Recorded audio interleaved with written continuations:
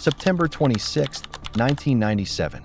A Garuda Indonesia Airbus A300 is moments away from landing at Medan's Polonia Airport, carrying 234 people. But something is terribly wrong. The pilots, struggling through thick haze, misinterpret a crucial instruction from air traffic control.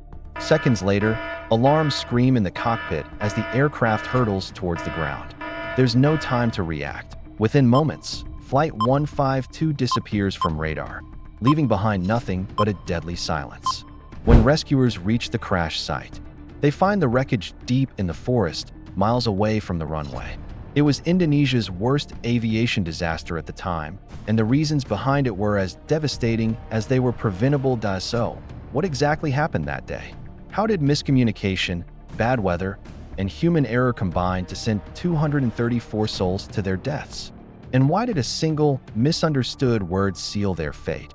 Let's uncover the tragic story of Garuda Indonesia Flight 152.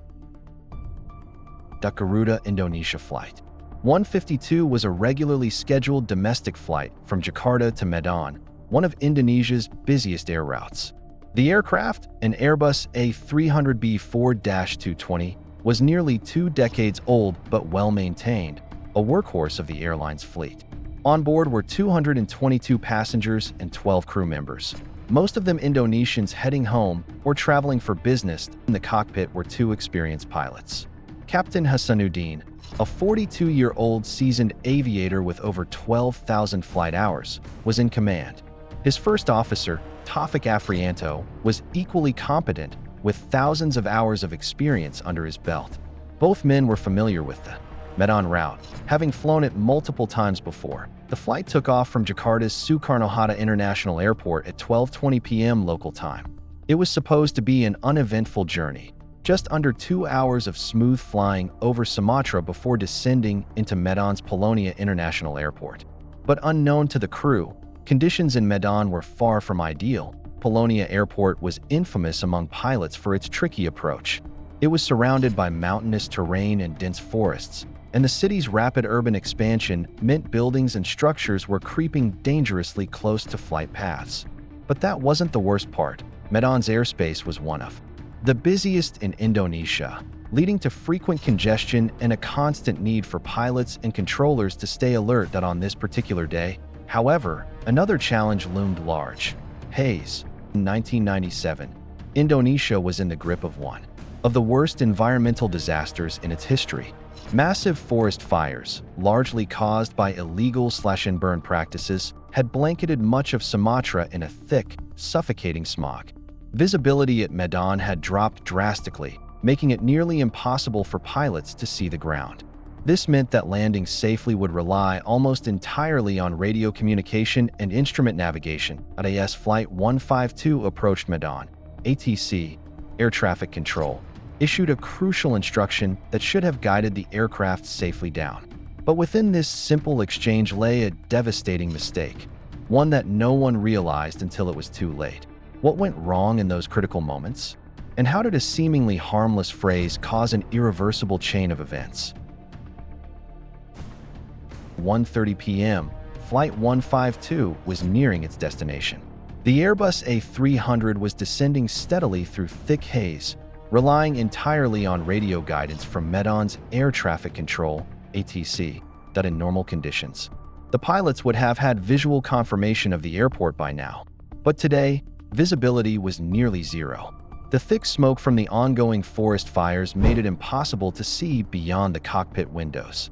The crew had no choice but to trust ATC's instructions completely. Then, the call came in, the one that would seal their fate. Medan ATC instructed the pilots. Garuda 152, turn left heading 240. Captain Hasanuddin, left heading 240, Garuda 152. Everything seemed fine. The pilots had understood the command, or at least they thought they had. But what the controller meant, and what the pilots assumed, were 2 completely different things. At the time, 2 aircraft were approaching Medan. Another plane was descending nearby, creating potential confusion in ATC instructions. The controller's intention was for Flight 152 to turn left toward heading 240, but only after passing a certain position to avoid the other plane. However, the pilots misunderstood. They assumed the instruction was immediate and began turning left too soon. This was the moment everything started to go horribly wrong. As the Airbus turned left, it veered off its safe path. Instead of staying within the cleared airspace, the jet was now heading straight for disaster. But neither the pilots nor ATC realized the mistake yet. Then, at 1:30 and 41 seconds p.m., the controller noticed something strange on his screen.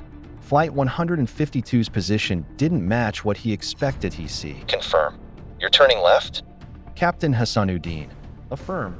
Left heading 240. Garuda 152. A few seconds of silence. Then, ATC asked again, Are you turning left or right? This time, there was hesitation in the cockpit.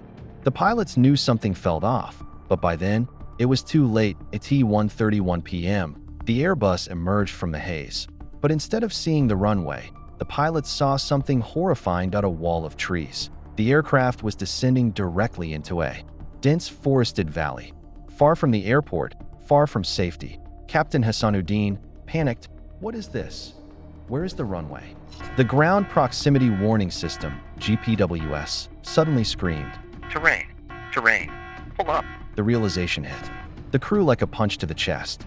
They had been flying blind, trusting their instruments. But those instruments had guided them into a trap. But the Airbus was too low, too fast, too late. What happened? In the last seconds before impact? Could the pilots have saved the plane? And how did an entire nation react to the worst aviation disaster in Indonesian history? The Airbus A300, a 171-ton machine, was just 1,500 feet above the ground and sinking fast. The flight crew had one last chance to save themselves, but time was slipping away. The ground proximity warning system, GPWS, blared its automated, lifeless message. Speaker high volume. Terrain. Terrain. Pull up. Pull up. The pilots had mere seconds to react. Captain Hassanuddin instinctively yanked back on the controls, desperately trying to climb. He called out, his voice tight with fear. Go around. Full power.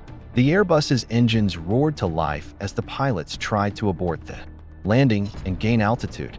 But they were too close to the trees. Their aircraft was still angled downward, and the engines needed more time to generate the lift required to escape the valley. Time they didn't have. 1:32 p.m., Flight 152's left wing clipped the top of a tall tree. Passengers, who had been silent in confusion, were now screaming. Some instinctively braced for impact. Others grabbed onto their loved ones. The cockpit shook violently as the pilots fought to keep control.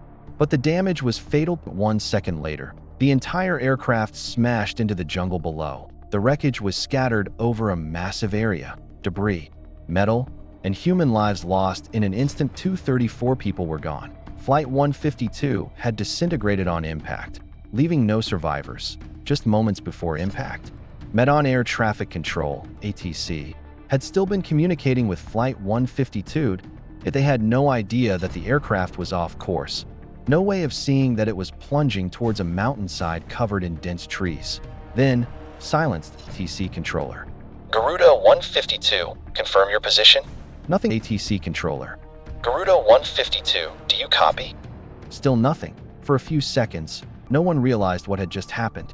But then, another aircraft, one that had been flying nearby, made a chilling report. Other pilot. Over radio, sir, we just saw an explosion near the jungle. The horrifying truth settled in. Flight 152 was gone. The loss of 234 people made this the deadliest aviation disaster in Indonesia's history. At the time, as news of the crash spread, families of passengers gathered at the airport, desperate for answers. Some prayed, hoping for a miracle. Others screamed in anguish as airline officials delivered the devastating confirmation. There were no survivors. Indonesia had never seen an aviation tragedy of this scale. But the hardest question remained: how? Could a simple heading change cause an entire plane to crash? The investigation would soon reveal the painful truth. This disaster wasn't just a tragic accident, it was preventable. And it all came down to one misunderstood word. The black boxes are recovered. Investigators uncover the chilling cockpit recordings, and a single word from ATC turns out to be the fatal mistake. What really happened in those final moments? And could this disaster have been avoided? When rescuers finally reached the crash site of Garuda Indonesia Flight 152, the scene was devastating. The Airbus A300 had disintegrated on impact, leaving nothing but twisted metal, burnt wreckage, and shattered lives. All 234 people on board were gone.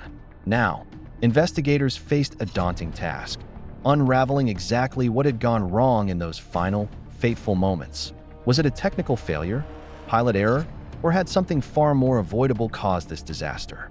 The truth, as they would soon discover, was buried deep inside the aircraft's black boxes, and in a single word spoken from Medan's air traffic control tower that end any plane crash: the black boxes, the flight data recorder, FDR, and cockpit. Voice recorder, CVR, hold the key to understanding the disaster. Within days, both recorders from Flight 152 were recovered from the jungle wreckage and sent to analysts for examination. The flight data recorder provided the first major clue.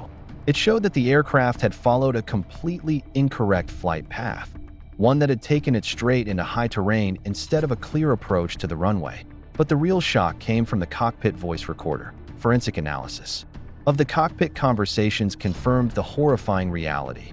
The pilots were completely unaware that they had veered off course. They believed they were on the correct approach, right up until they saw the trees rushing toward them. A single misunderstood instruction from ATC had led them to disaster. What exactly did Medan Air Traffic Control say that caused this fatal mistake? At 1:30:04 p.m., Medan ATC gave this instruction: ATC, Garuda 152, turn left heading 240. The pilots acknowledged the command and immediately began turning left. But here's where the fatal mistake happened. There were two airways leading to Medan that day. One to the north, one to the south. Flight 152 had been approaching from the south, while another plane was approaching from the north. The ATC controller had intended for Flight 152 to wait before turning, but he never specified that. Instead, the instruction came across as a direct order to turn left immediately, and that's exactly what the pilots did. By the time the controller realized they had turned too soon, it was too late. Flight 152 was now deep inside a valley, surrounded by mountains and trees. There was no way out. As the aircraft was descending, the controller became distracted. The same moment he gave instructions to Flight 152, he was also managing another aircraft on a completely different approach. This split his attention, and he failed to double-check whether Flight 152 had actually followed the correct procedure. By the time he realized the mistake, confusion had already set in. His last transmission before the crash, when he asked, "Are you turning left or right?" was his desperate attempt to confirm what had happened. But by then, the Airbus was already seconds away from impact. When the final accident report was released, it was clear the air traffic controller's vague instructions had been a major factor. The pilots had misinterpreted the command, thinking they needed to turn immediately. The dense haze had prevented them from visually confirming their position. But there was another critical factor. Unlike newer aircraft, Flight 152's Airbus A300 did not have a Terrain Awareness and Warning System, TAWS, a modern safety system designed to alert pilots when they're flying too low over dangerous terrain. Had TAWS been installed, it would have warned the crew earlier, giving them a chance to escape. But in 1997, TAWS was not yet mandatory. And in this case, that missing technology made the difference between life and death. The crash of Garuda Indonesia Flight 152 shook the entire aviation industry in Indonesia. In response, several critical changes were made. Air traffic controllers were trained to give clearer, more specific instructions, avoiding vague commands that could be misinterpreted. Terrain Awareness and Warning Systems, TAWS, were later mandated on all commercial aircraft worldwide. Standardized phraseology became stricter, ensuring that pilots always understood exactly what ATC meant. But for the families of the 234 victims, no amount of change could bring back their loved ones. Their lives had been lost because of one misunderstood instruction. A mistake that should never have happened. The wreckage was cleared, the investigation closed, but the scars of Garuda Flight 152 remained. How did this disaster change Indonesian aviation forever? And have we truly learned from this tragedy, or could it happen again? It has been decades since Garuda Indonesia Flight 152 crashed into the jungle outside Medan. But for the families of the 234 victims, time hasn't erased the pain. They lost mothers, fathers, children, friends, all because of one misunderstood instruction, a small mistake that led to Indonesia's worst aviation disaster at the time. Aviation today is safer than ever before, thanks to better technology, stricter training, and improved air traffic control procedures. But despite all these advancements, human error is still a factor that cannot be fully eliminated. In the case of Flight 152, the pilots trusted their instruments and ATC instructions, but a single miscommunication put them on a collision course with disaster. Even in modern aviation, similar mistakes still happen. In 2002, Bashkirian Airlines Flight 2937, a deadly mid-air collision over Germany caused by conflicting ATC instructions. 2012, Mount Salak Sukhoi Superjet crash, another controlled flight into terrain, CFIT, due to pilot error and miscommunication. 2020, Pakistan International Airlines Flight 8303, a mismanaged landing approach led to a crash, again caused by breakdowns in cockpit communication. Even the most experienced pilots and controllers are still vulnerable to mistakes. So, what's the lesson? No matter how advanced aviation becomes, clear communication will always be the key to safety. What can we take away from Flight 152's tragedy? Aviation safety is a constant process. Regulations and training must always improve. Technology alone isn't enough.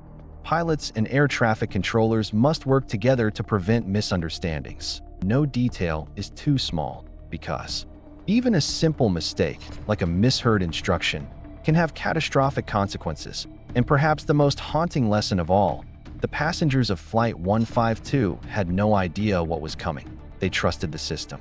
They trusted the pilots. They trusted air traffic control. But in the end, a moment of miscommunication sealed their fate. It was an avoidable tragedy, and one that should never happen again. Today, aviation continues to advance with every disaster, bringing new lessons and better safeguards.